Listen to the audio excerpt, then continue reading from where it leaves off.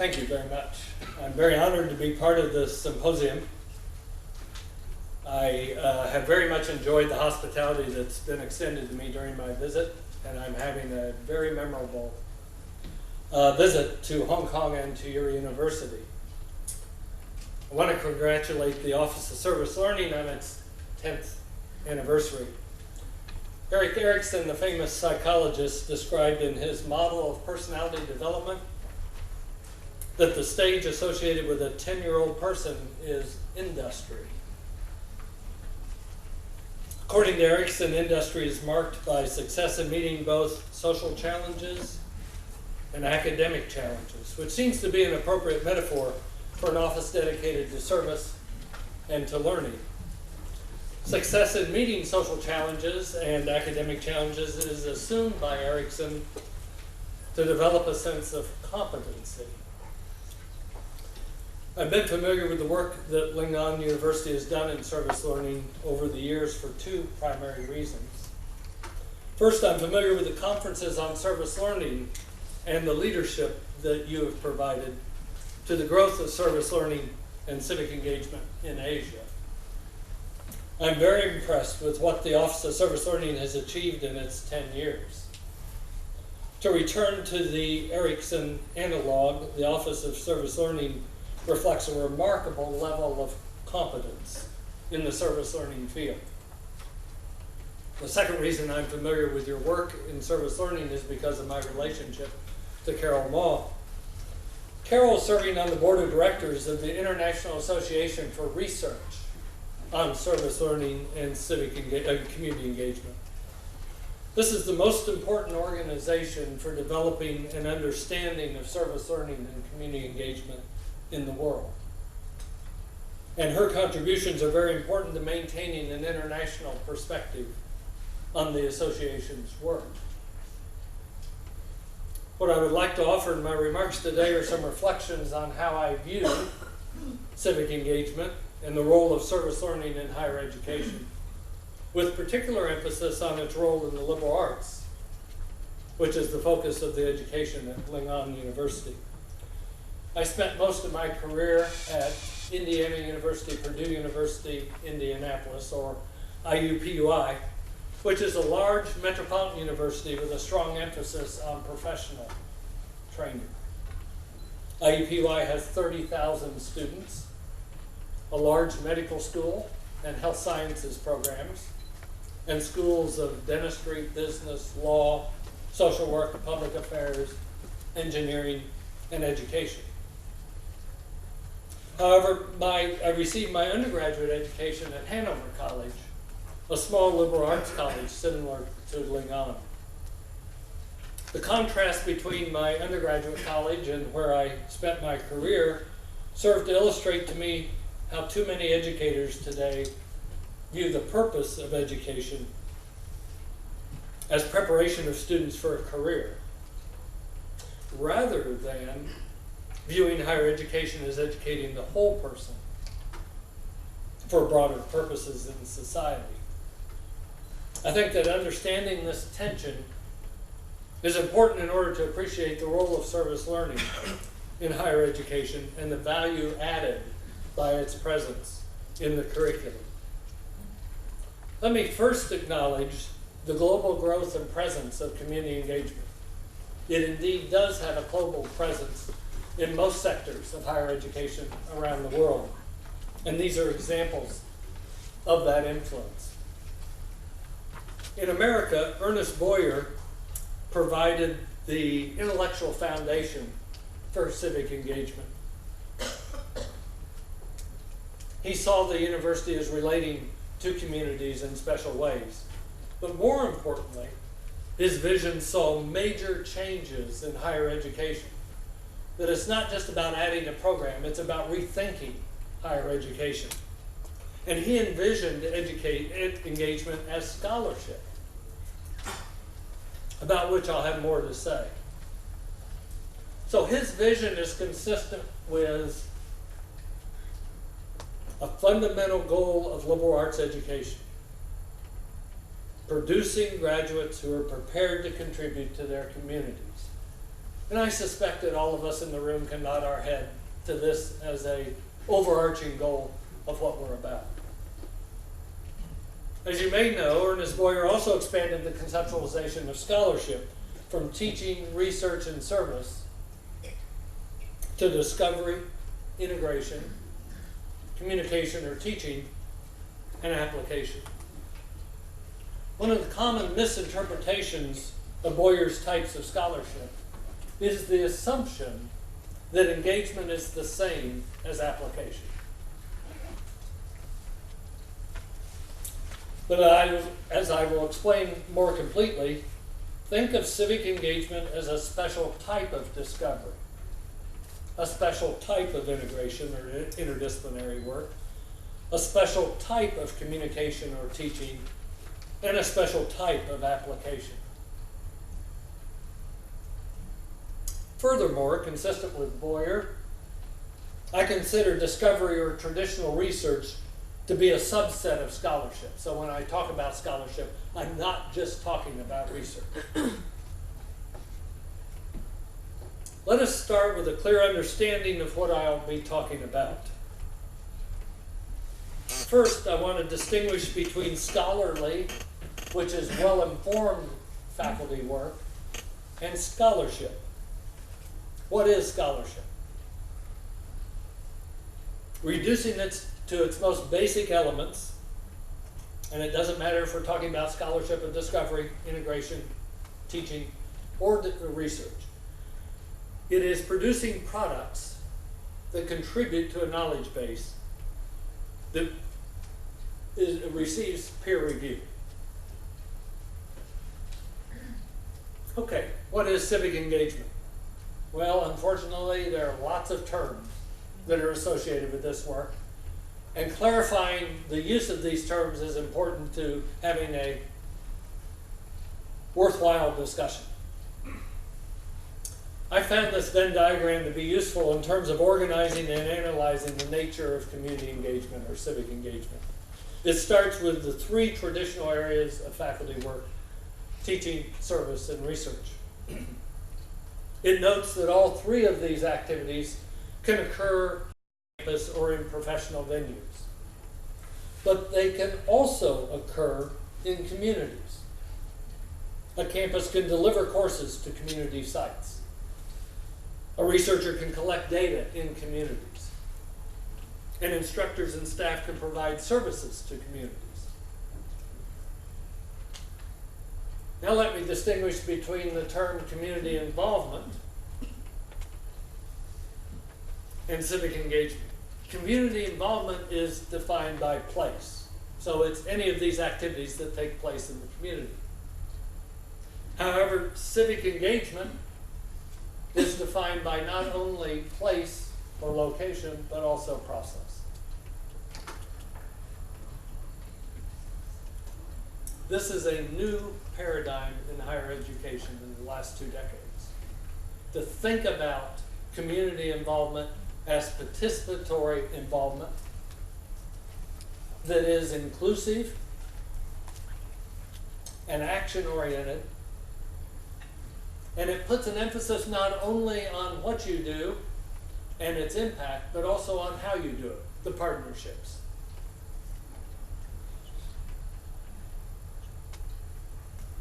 I appreciate this quote by Carrie Ann O'Meara and Jean Rice. Engagement requires going beyond the expert model that often gets in the way of constructive university-community collaboration. It calls on faculty to move beyond the outreach model. It asks scholars to go beyond service with its overtones of noblige oblige. What it emphasizes is genuine collaboration, that learning and teaching must be multi-directional, and the expertise is shared.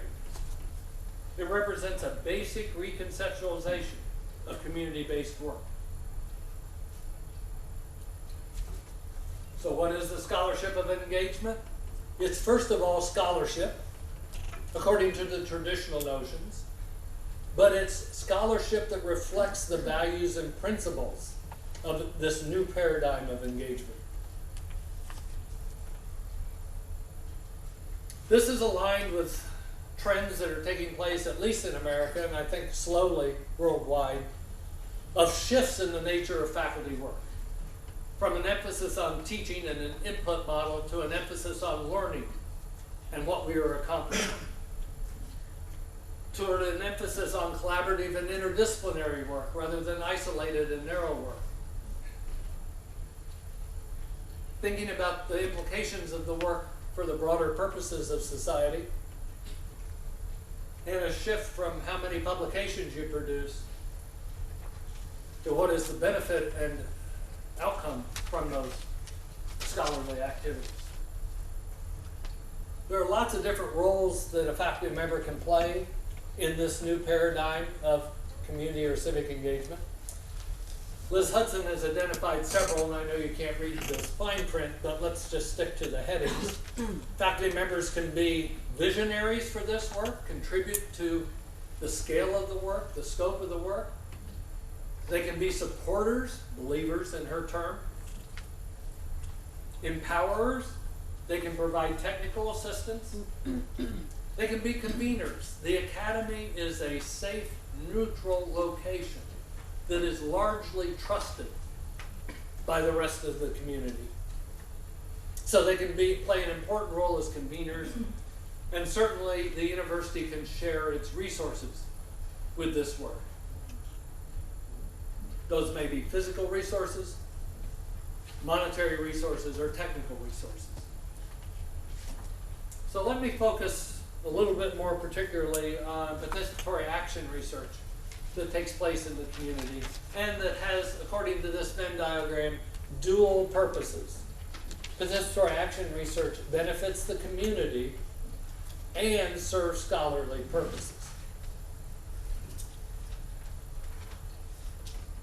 Again, it reflects the values of collaboration. Most importantly, and this is a non-trivial point, it takes the position that knowledge is widely distributed. This is a confrontation to the arrogance of the academy that it has the best way of knowing.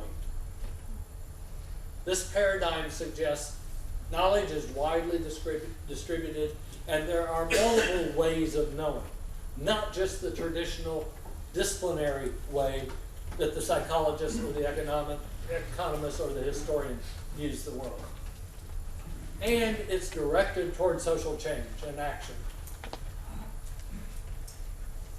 So this again puts the focus on the process and the importance of relationships, and it suggests that academic peers constitute just one authority for evaluating the importance of the work, that there are multiple constituencies that can provide review of the work and that become consumers for the work. So dissemination may include academic products, but other forms of dissemination in addition to academic products. I'll simplify the nature of the scholarship of engagement. Can you imagine that your disciplinary or professional knowledge can inform work in the community? Can you nod your head to the thought that you have something to contribute to your community? Good. That's professional service. Can you imagine that your work in the community can inform your discipline?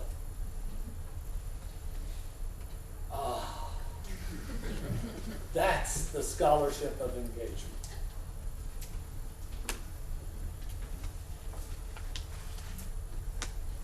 I'm going to give you several faculty profiles to show how different faculty have come to this work of engagement.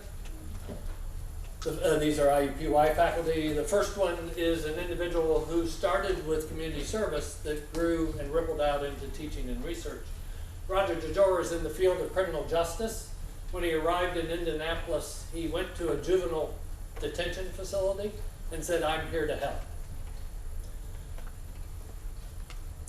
The director of volunteering said, "Do you know you have an office of service learning at IUPUI?" I said, "No, I don't know that."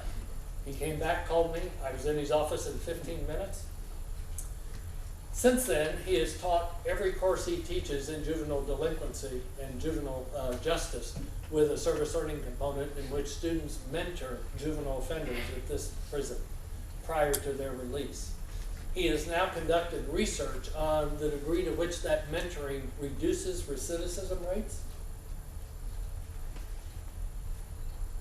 It has been replicated across the state and in other states as a model. He spun off an NGO from this work that has facilitated the use of mentoring in juvenile detention facilities.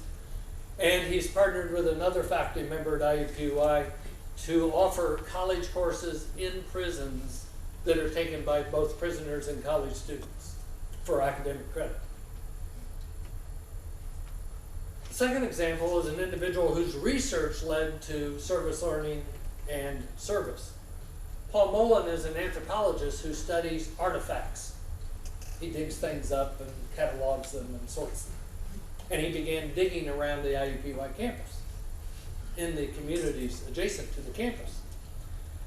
He began to get his students involved in his research and then developed service learning and worked with the community to document the history of the adjacent communities and produce documents for the community as well as research based on his digging. The next example is a faculty member whose teaching generated service and research. Katie Stanton has an interest in persons with developmental disabilities. She's in physical education and began to teach service learning courses in which the students in the service learning courses worked with families who had a family member with a developmental disability so that students could think about adapting physical education to special populations. So her students conduct workshops on Saturday for families. And she's also developed a research around the student outcomes from her service learning. My final example is Greg Lindsay. Greg was a faculty member at IUPUI for a long time and was Associate Dean of the School of Public and Environmental Affairs. He has since moved on to the University of Minnesota. One of Greg's specialties is in environmental planning and particularly non-motorized transportation. And in America, what we call rails to trails. It's converting abandoned railroad tracks into trails that can be used by pedestrians and cyclists. And his research is on the use of those trails. I think Greg, as well as these others, are what Gene Rice calls a complete and connected scholar. Complete. Balance across teaching, research, and service. Connected. All three are connected to his community work. I don't expect you to read this, but this is a document that Greg prepared for his dossier when he went for full professor. The first column documents the service learning courses he taught between 1995 and 2001. The second column represents the grants and technical reports that he filed with the community as a result of those service learning courses and the research that students conducted.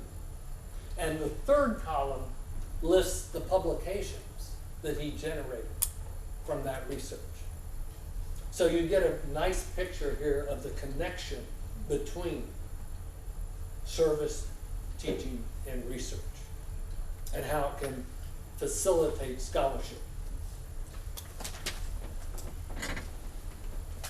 Okay, let's take a look at engagement and service learning. Unfortunately, there are lots of terms that are associated with community-based learning or experiential learning. And you're probably familiar with most of these terms.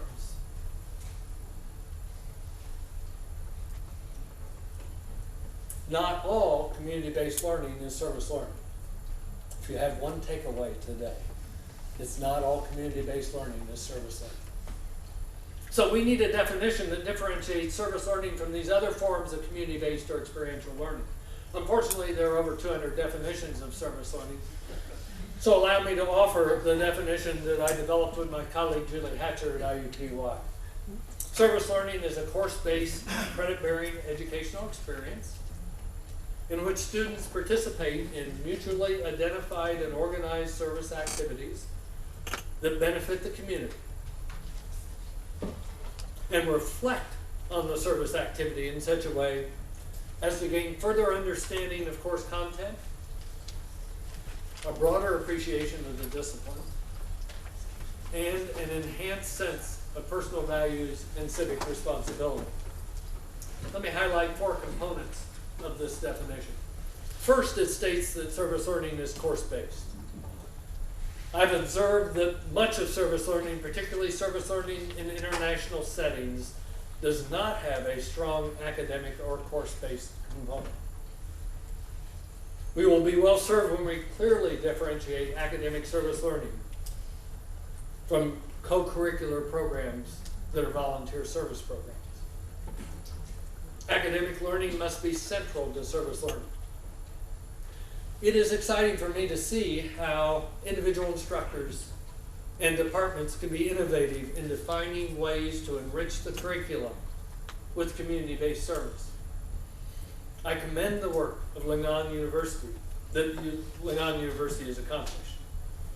In addition, though, I encourage you to continue to improve the quality of programs that you have developed and to continue to identify innovative ways that service learning can contribute to the Lingnan University curriculum. Returning to the definition, it notes the importance of working with communities to establish the basis of service learning. This is so important it bears restating. Because of the commitment to and the necessity of working with the community, not just in the community, not just on behalf of the community, the nature of the relationship involved in service learning is a central defining dimension of civic engagement in general and service learning in particular. Robert Sigmund, one of the pioneers of service learning in America, recommended that in good, strong service learning, all teach and all learn. All serve and all are served. It's not a one-way street. The definition identifies reflection as a key component of service learning.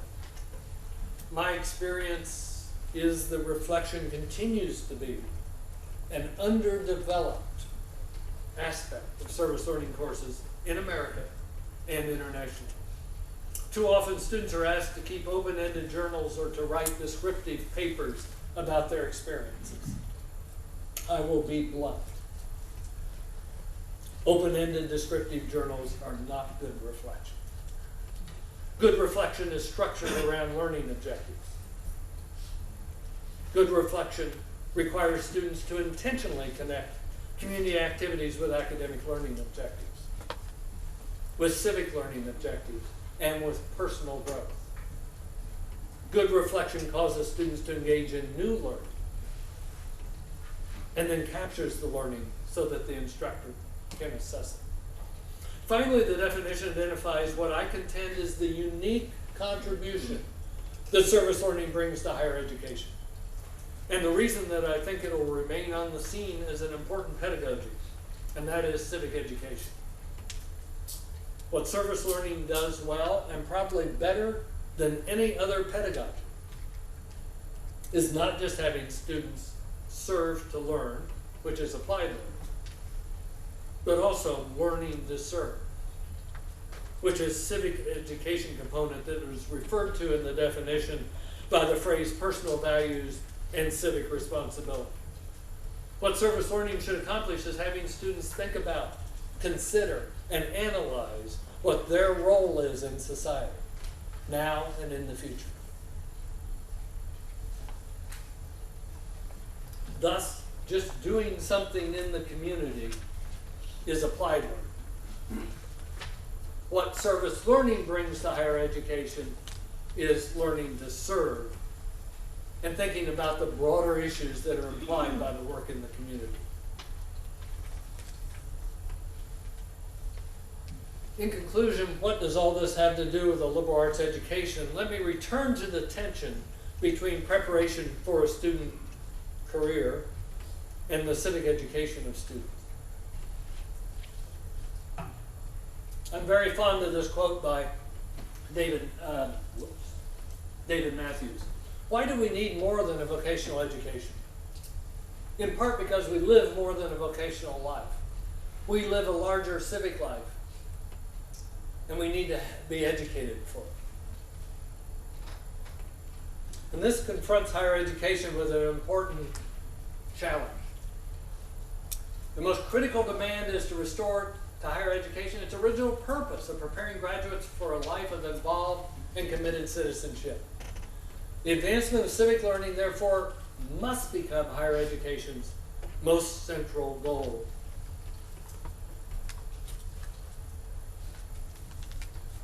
We need to understand, but more importantly, we need others to understand that each community's economic well-being is linked to their civic well-being.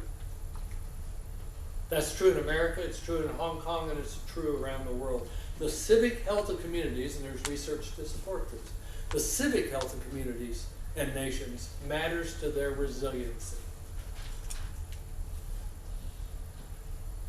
Carol Musil is associated with the Association of American Colleges and Universities, which is the association dedicated to the liberal arts in America.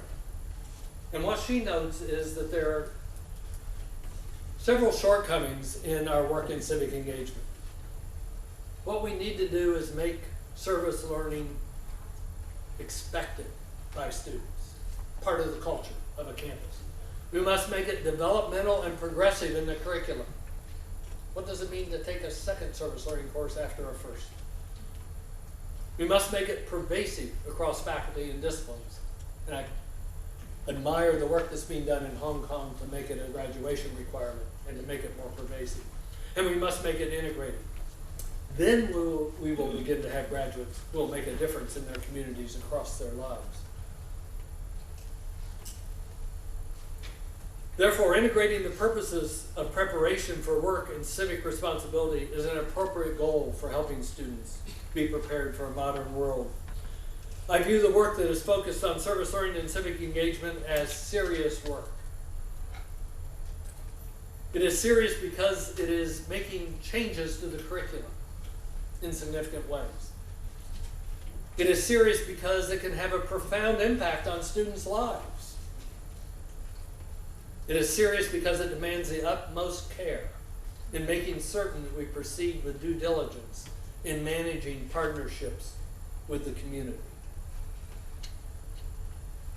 It is serious because it can lead to innovative scholarship.